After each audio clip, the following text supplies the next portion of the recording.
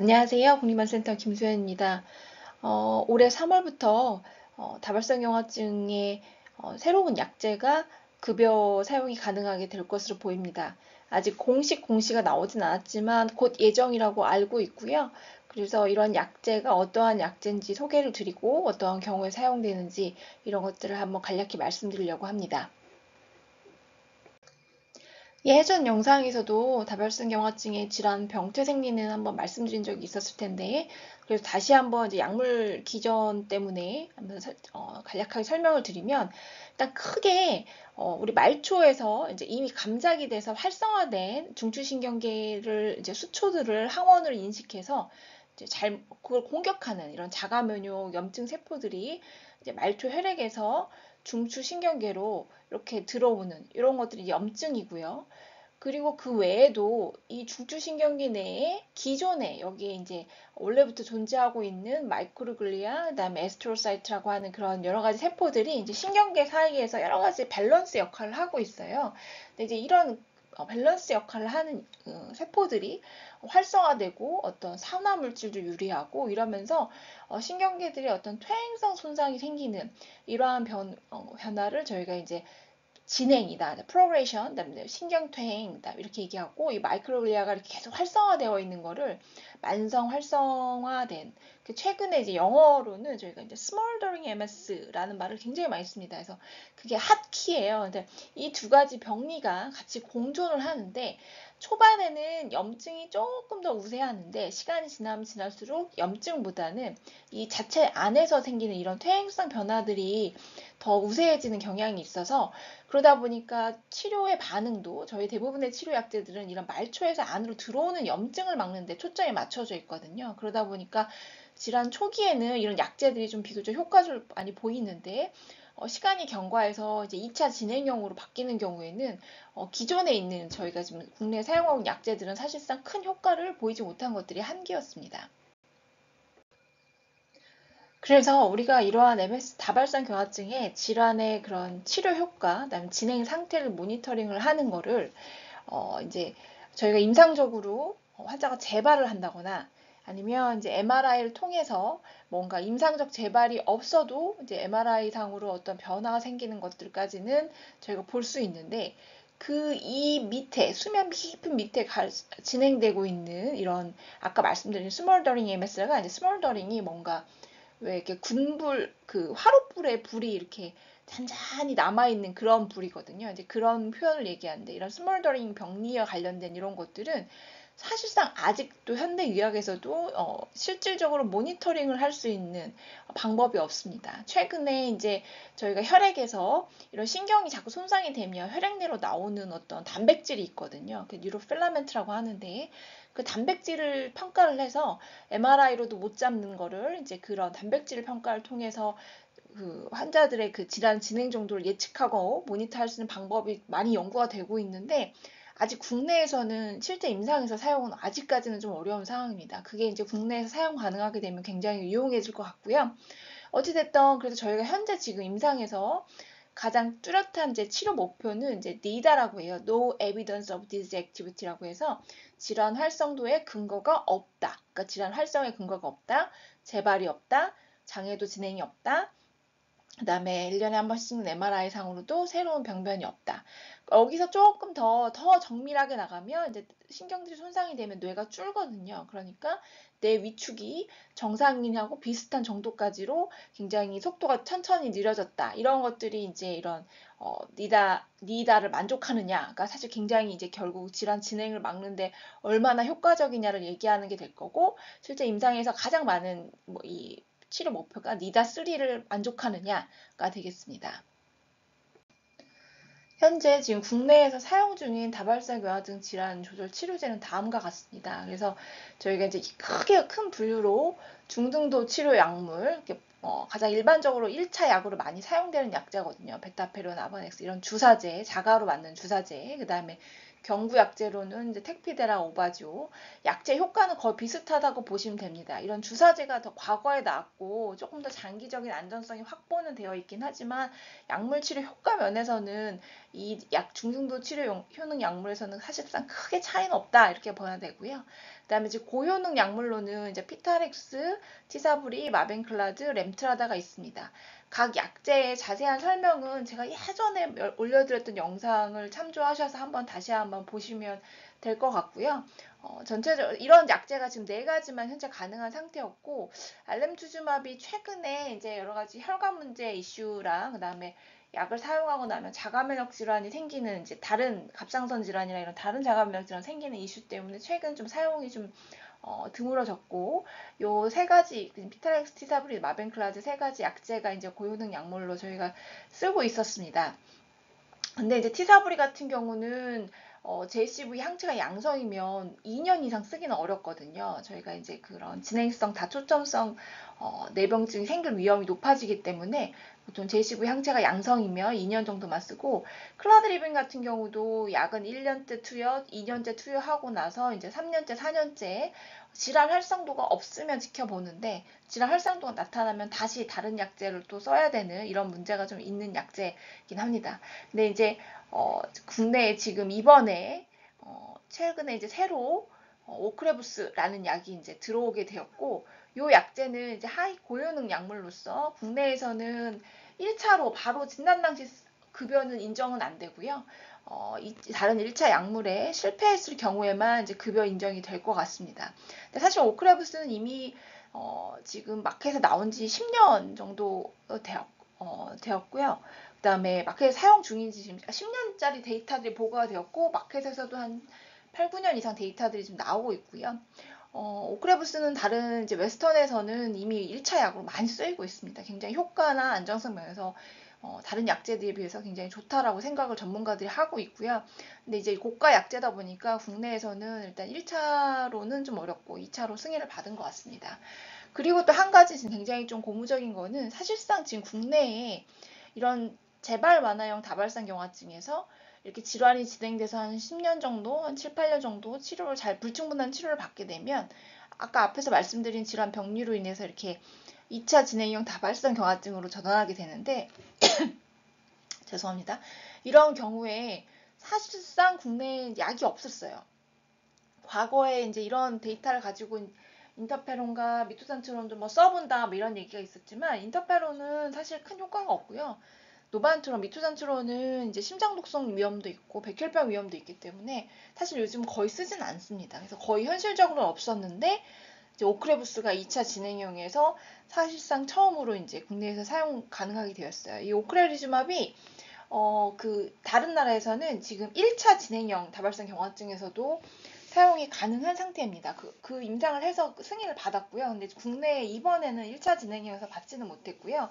2차 진행형 중에서도 사실 이제 조금 더 염증성 그런 질환 병리 근거가 있는 환자분들이 좀 더 반응이 좋을 거로 예측이 돼요. 즉 이제 MRI 상으로 새로 병변도 생기고 조용 증강도 되고 그다음에 진행도 하지만 간간히 재발도 있는 환자, 이런 환자들이 훨씬 이 반응이 좋을 거라 생각이 되고, 그러니까 하나도 없이 그냥 진행만 계속 스멀스멀 된다라고 하면은 조금 오크레브스 효과가 떨어질 가능성이 좀 많이 있습니다. 어찌됐든 중요한 건 사실 이제 이런 재발 완화형 다발성 경화증이 2차 진행형으로 넘어가지 않게 하는 게 정말 중요한 거거든요, 임상에서는. 그렇기 때문에 초기에 이런 고효능 약물들을 굉장히 적극적으로 조기에 잘 사용해서 이런 2차 진행형으로 넘어가는 것을 최대한 막는 것이 필요하겠습니다. 2, 3년 전쯤에 제가 비슷한 얘기를 한 영상을 한번 올렸어요. 한 10년 전만 해도 다발성 경화증에서는 일단 조기에 빨리 진단을 하고 치료하다가 환자가 불충분한 효과를 보이면 빨리 전화를 하자. 요게 이제 치료의 굉장히 큰 대세였다면 최근에는 이제 이 고효능 약물들이 굉장히 오랜 장기간 안전성들이 좀 어느 정도 확보가 되고 또 이런 더 좋은 효과와 안전성을 보이는 오크레즈즘 약도 나오고 막 이렇게 되면서 이런 약제들을 즉 이제 고효능 약제들을 굳이 이렇게 단계별로 넘어가지 말고 진단 당시부터 처음에 쓰는 게 훨씬 장기적인 예후가 좋더라라는 얘기들이 굉장히 많이 나오고 있고 외국에서는 이미 선진국에서는 이미 그러한 치료 가이드로 시행을 하고 있습니다.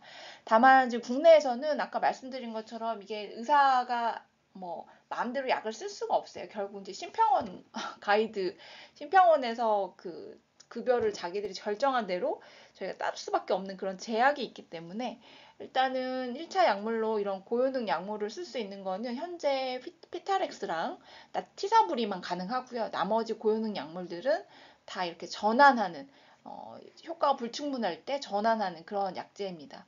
그러니까 제일 중요한 거는 현재 상황에서 저희가 가능한 할 수 있는 건 질환 활성도가 초반부터 높은 환자는 어찌됐든 피타렉스나 티사부리를 먼저 쓰는 게 중요하고요.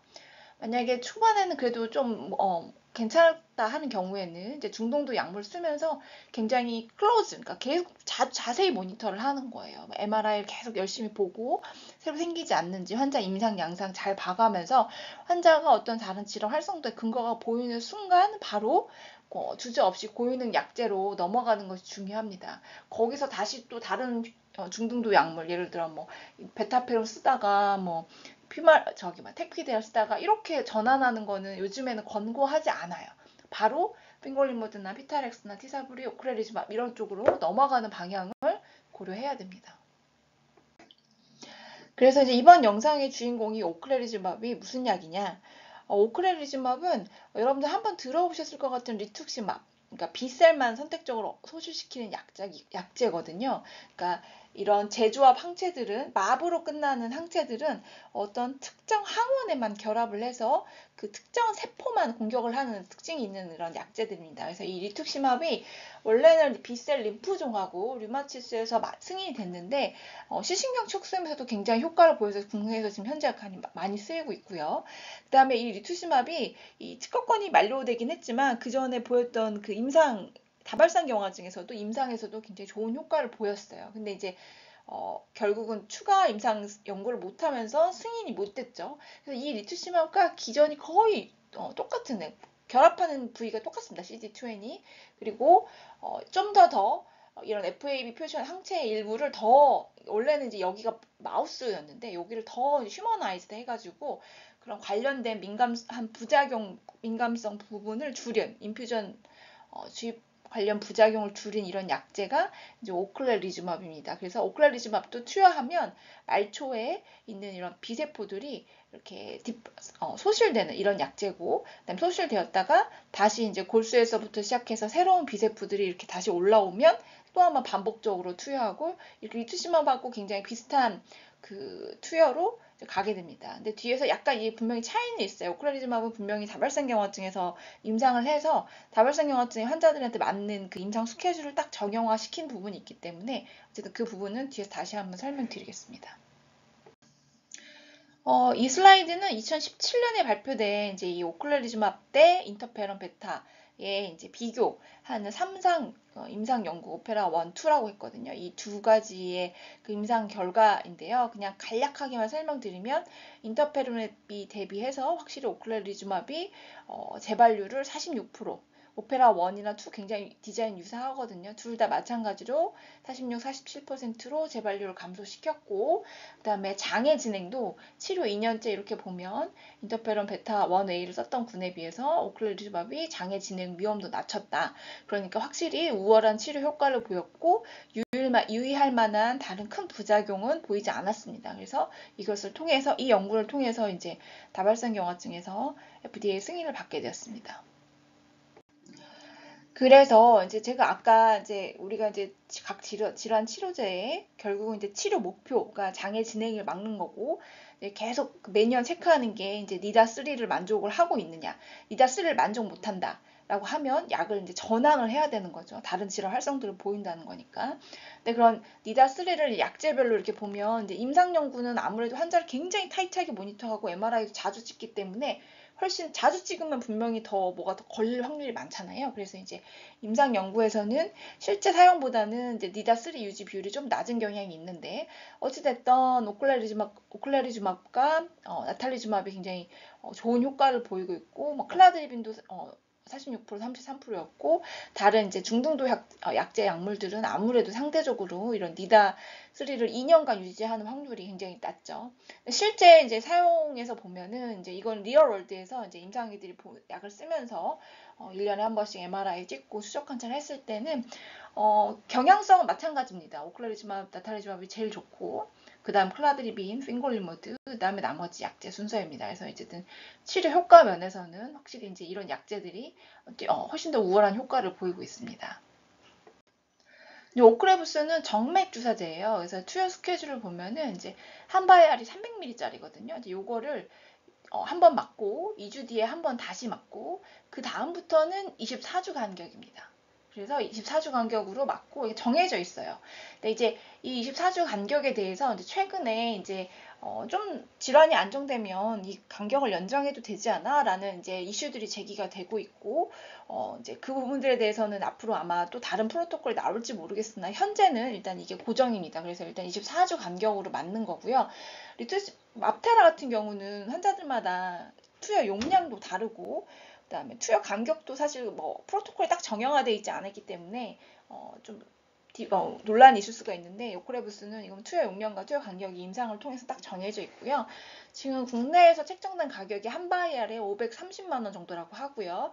그래서 첫 1년에는 이 베이스라인 한 번 더 투여하고 두 번 투여해야 되니까 총 6바이알이 들어가거든요. 그래서 3,200만 원 정도가 될 거고 이후에는 이제 매년 2,100만 원 정도 될 것입니다. 요 가격은 제가 다른 고효능 치료제 뭐 피타렉스보다는 살짝 좀 높긴 한데 티사보리보다는 살짝 높긴 한데 그래도 다행히 국내에서 좀 그렇게 높지 않게 저희가 받았던 것 같고요. 어쨌든 요게 이제 환자분들은 이제 본인 부담금 10%이기 때문에 아마 1년은 320, 이후는 이제 210만 원 정도 본인 부담이 될 것 같습니다.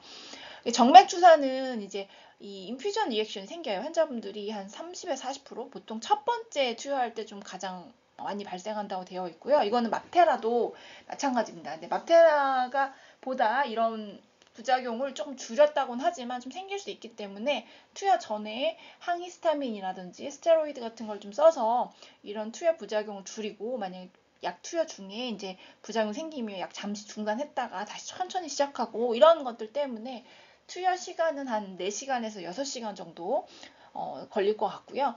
그 다음에 이제 이런 약제들을 계속 반복해서 맞으면 이게 비세포를 계속 억제하는 약제이기 때문에 이런 비세포가 만들어내는 우리가 이뮤노글로불린이라고 하는 것들이 좀 떨어질 수 있습니다. 그래서 2년 이후부터 조금씩 발생을 하고 5년 이상 투여 시 중증까지 떨어지는 경우는 1에서 4%니까 사실 굉장히 좀 비교적 낮은 편이고요. 아직까지 이런 저감마글로불린이 생겼다고 해서 어떤 감염이 더 유의하게 증가되었다 이런 얘기는 없습니다. 하지만 이게 좀 계속 장기적으로 투여한 약제이기 때문에 향후에 더 길게 투여했을 때 어떤 이런 걸로 인한 어떤 문제가 있을지는 앞으로 지켜봐야 될 것 같은데 현재까지 지금 아까 말씀드린 것처럼 10년 데이터 상에서는 큰 문제는 없었습니다. 근데 이게 어쨌든 비세포를 억제하는 소실시키는 약제다 보니까 이제 백신을 맞았을 때 백신에 관련해서 한번 이제 비세포가 감작이 돼서 우리 몸에 필요한 항체를 만들어내야 되는데 그걸 만들어낸 애들이 없잖아요. 그러니까 오크레버스 투여 전에는 반드시 필요한 백신들을 먼저 접종을 하고 그다음에 이런 MMR이나 수드 이런 것들이 이제 필요한 항체가 미리 생겼는지 그다음에 비형 간염 항체도 있는지 확인을 하는 것이 좀 중요합니다. 만약에 해야 된다 그러면 이제 가능한 한 생백신은 꼭 반드시 미리 해야 되고요. 사백신은 뭐 써볼 수는 있습니다. 써도 돼요. 근데 이제 효과 면에서 아무래도 투여 전보다 백신 효과가 좀 떨어질 수 있는 그런 염려가 좀 있고요. 제 문제는 오크레부스는 이제 비형 간염을 좀 재활성화시킬 위험이 높기 때문에 투여 전에 꼭 비형 간염 검사를 해야 되고 비형 간염이 있다면 투여는 금기입니다. 근데 이제 간염 보균자 같은 경우는 항바이러스 치료하면서 조심스럽게 한번 써는 것도 고려해 볼 수 있습니다. 비형 간염 항체가 특별한 문제가 없으면은 투여하는데 문제는 없고요. 대부분 국내에서는 어쨌든 보통 3번 이렇게 투여 학교 다닐 때 보통 투여를 하고 투여를 한 분들인데 어쨌든 그럼에도 불구하고 약간 안 생긴 분들도 있어요. 그런 비형 간염 항체가. 그래서 이제 그런 경우에 뭐 미리 한 번 더 이제 뭐 맞을 수 있으면 사실 좋고요. 그래서 이게 지금 오크레부스가 2차 약제잖아요, 국내에서. 그래서 이제 이런 중등도 약물을 쓸 때 이러한 것들을 미리 다 체크를 해야 돼요. 그래서 이제 이걸 언제든지 쓸 수 있게 몸을 준비를 시켜놔야 돼요. 준비를 시켜놓고 만약에 이제 다 뭐 백신 접종할 것도 해놓고 미리 항체 다 만들어 놓고 필요한 상황이 됐다. 그럼 바로 전환할 수 있게 하는 게 중요합니다. 그래서 그런 부분들을 임상의 선생님들이 잘 챙겨주셔야 돼요. 얘는 이제 임신할 때도 굉장히 좀 유리해요. 예를 들어 이제 핑골리모드 같은 경우는 임신을 할 때 약을 미리 끊어야 되니까 이제 끊었을 때 핑골리모드는 이제 질환 재활성화 위험이 좀 있는 약제입니다. 그렇기 때문에 이런 경우에 이제 조금 더 조심스러운데 오크레브스는 약을 투여하고 빠져나가는 데는 뭐 한 달 정도 이내로 또 빠져나가지만 약으로 인한 효과는 한 6개월 이상 지속이 되는 거거든요. 그렇기 때문에 약제 투여하고 나서 미국은 좀 더 각자 나라마다 다르긴 한데 이제 전문가들 사이에서는 큰 문제는 없다라고 되어 있어서 보통 약제 투여하고 한 달 이후부터는 임신을 시도를 할 수 있고요. 그래서 이제 약효가 유지가 되는 동안 임신을 하고 그러고 나서 임신 끝나자마자 출산하자마자 다시 약제를 맞으면 그로 인해 출산 때 이제 질환 활성도가 좀 올라가는데 출산 때 어떤 질환 활성도가 올라가면서 생기는 문제나 이런 것들을 예방할 때도 좀 도움이 되거든요. 그래서 여러 가지 면에서 상당히 앞으로 이제 국내에서 굉장히 많은 환자분들한테 많이 도움이 될 것으로 기대를 하고 있습니다.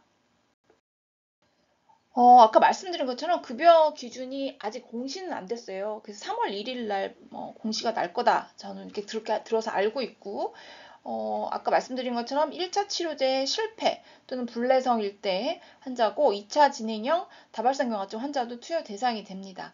단 2차 진행형으로 이미 너무 많이 진행돼서 EDSS 7점이면 사실 휠체어에 앉아 계신 상태거든요. 휠체어에 앉아 계신 상태면 급여 투여는 어렵다 이렇게 지금 고시가 될 것 같다라고 합니다. 이 부분은 저희가 다시 정식 공시가 나면 한번 다시 확인을 해봐야 될 것 같습니다. 네, 마지막 슬라이드입니다. 거의 비슷한 얘기예요. 앞에서 계속 한 얘기랑. 그래서 이제 우리가 이제 질환 조절 치료제를 이렇게 치료 효과가 높은 약, 그다음에 안전성이 높은 약 이렇게 보는데 사실 가장 이상적인 약은 이제 치료 효과도 높고 안정성도 높은 약제죠. 근데 이제 각각의 약제들마다 고유의 좀 이런 게 좀 차이가 있는데 과거에 저희가 30년 전부터 쓰는 주사제 이런 것들은 안전성은 굉장히 높은데 대신 이제 치료 효과가 상대적으로 좀 낮아서 분명히 이제 이걸로 환자분들이 질환이 잘 조절되는 경우는 그렇게 많지 않은 것 같습니다. 저희 경험에는 일단 아까 제가 보여준 니다3 레이트가 20% 정도라고 말씀드렸잖아요. 길어지면 길어질수록 좀 더 낮아지겠죠. 어쨌든 그런 부분이 있고 그 외에 이제 그 택피드라 오바지오는 약효는 글쎄요 얘네 기존 약보다 큰 차이가 일단은 사실 실제 차이를 보이는데 실패했기 때문에 차이가 크게 있을 거라 기대하지 않고 기전은 다르지만 어쨌든 림프구를 좀 영향을 미치면서 약간 그런 관련된 그런 문제들이 조금 생길 수 있어서 안전성 면에서는 살짝 떨어집니다. 하지만 안전성은 그래도 상대적으로 좋은 약제들이고 일단 제일 장점은 경구죠. 그러니까 환자분들이 굳이 힘든 주사를 맞지 않아도 된다는 이런 약제가 있었고 그 이후에 어쨌든 그럼에도 불구하고 환자들이 질환 조절이 안 되는 그런 이슈 때문에 좀 더 강한 질환 조절 효과를 갖는 피타렉스, 마벤클라드, 램트라다, 티사부리 약들이 나왔고요. 피타렉스는 이제 림포페니아라고 해서 림프구를 림프노드에 림프절에 잡아놓는 약제 고유의 특성 때문에 말초 혈액 내 림프가 감소되는. 근데 이제 이렇게 감소되는 건 당연한데 너무 심하게 감소되는 경우에 기회감염 위험이 좀 증가할 수 있기 때문에 그 부분을 좀 계속 모니터를 해야 되고 클라드리븐 같은 경우는 이제 1년째, 2년째 쓰고 나서 3, 4, 5년은 이제 지켜보는데 유지되는 3, 4, 5년 환자들 약 없이 유지가 되는 환자들도 있고요. 근데 이제 3년차, 4년차 때부터 다시 스멀스멀 질환 활성도가 올라와서 이제 다른 약제로 다시 또 전환을 해야 되는 그런 문제가 있을 수 있고요. 그다음 티사부리는 사실상 국내에서 현재까지는 제일 강력한 그래서 환자분들 진짜 질환 활성도 높은 분들은 티사부리 처음부터 쓰면은 확실히 환자분들이 굉장히 많이 안정되고 환자분들도 만족감이 되게 높은데 국내는 이 JCB 항체율이 왜 서구보다 훨씬 높아요. 서구가 한 40에서 50% 보고하는데 국내는 70에서 80%거든요. 그래서 이제 국내 환자들은 이런 항체가 양성이다 보니까 항체 양성은 아까 말씀드린 것처럼 이 티사부리를 2년 이상 쓰기가 어렵거든요. 다른 기회감염 위험 때문에. 그래서 2년 지나고 나면 어쩔 수 없이 다른 약제로 다시 또 전환을 해야 되는 이런 문제가 있습니다. 그래서 이제 이 오크레부스를 글쎄요, 저가 지난주에 이제 그 다른 심포지움에서 다른 전문가 선생님도 한번 얘기도 들어봤고, 이 오크레부스를 어느 포지션에 놓을 것이냐. 그래서 뭐 지금 이제 치료 효과도 굉장히 좀 높은 편이고, 안전성 면에서도 다른 약제들에 비해서 좀 더 우수하다. 이렇게 지금 많은 전문가들은 보고 있습니다. 그래서 오크렐리즈밥에 대해서 굉장히 많은 기대를 하고 있고요. 환자분들 중에 이제 혹시나 주치의 선생님이 이런 약제에 대해서 이제 권고를 해주신다면, 약제 사용에 있어서 굳이 뭐 망설이거나 뭐 너무 과한 걱정을 하실 필요는 없어 보입니다. 그래서 어쨌든 자기 질환, 자기 상태를 환자분들이 뭔가 좀 좋지 않아진다 이런 걸 있으면 주치의 선생님과 꼭 상의를 하시고 질환 활성도가 보이는 건지 여부를 꼭 평가를 하고 필요한 경우에 이렇게 바로바로 약제를 전환하는 것을 주저하시면 안 돼요. 주저하면 할수록 우리가 이제 타임 이즈 브레인이라고 항상 하거든요. 한번 잃어버린 뇌 신경은 돌아오지 않아요. 그래서 가장 많이 세이브를 해놔야 돼요. 그런 위해서는 최대한 손상을 막아야 됩니다. 그게 나중에 가서 막는다고 되는 게 아니에요. 초기의 손상은 분명히 이후에 진행을 더 악화시키는데 명확한 그 원인이 됩니다. 초기에 많이 손상될수록. 그렇기 때문에 최대한 손상을 초기부터 적극적으로 막는 치료가 필요합니다. 영상은 여기까지고요. 궁금하신 거 댓글 남겨주시면 저희가 답 달아드리도록 하겠습니다. 감사합니다.